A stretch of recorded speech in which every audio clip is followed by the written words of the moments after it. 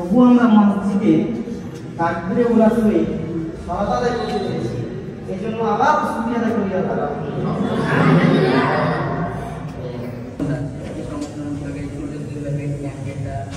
চালু ছিল, আলহামদুলিল্লাহ 40 দিন কমপ্লিট হয়েছে। এবং আমাদের যারা অংশগ্রহণকারী সবাই আছে, এখানে হয়তো দ্বিতীয়বার বাকি আছে, করতে পারি আসেনি, তো ওখানে বেশিরভাগই আছে। আলহামদুলিল্লাহ আমরা আশাবাদী যে সকলে মত প্রয়োগ করে ইনশাআল্লাহ আমরা নামাজ আদায় করবো। আমি বিশেষ করে হলাম, আমি ভার্সিটিতে চান্স পেয়ে গেলাম, তারপরে কি হবে এন্ড অফ দ্য টাইম কিন্তু আমার সাথে কিছুই যাবে না।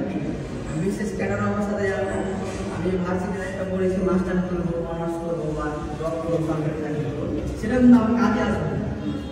আমাদের সমাজ ব্যবস্থায় কি ছোটো থেকে মাস করতে পারে, রমজান মাসে কিন্তু যারা মিটিং হতে পারবে মানে কোরআন শরীফ পড়তে সক্ষম হবে, তাদেরকে কিন্তু আমরা আবার পুরস্কার দেবো। এটা কিন্তু আমরা ঘোষণা দিয়েছিলাম।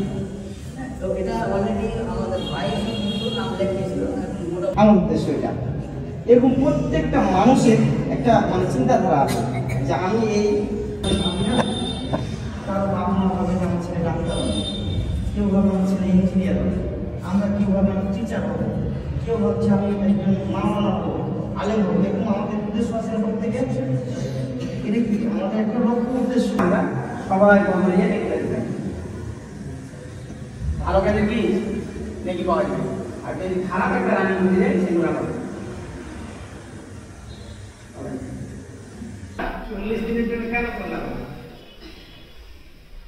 আগে বেশি করতে পারতাম, পাপ করতে পারতাম,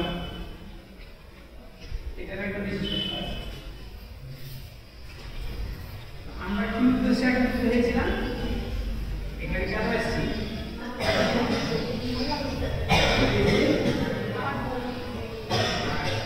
আর কেউ একটা ভালো করতে পারবে,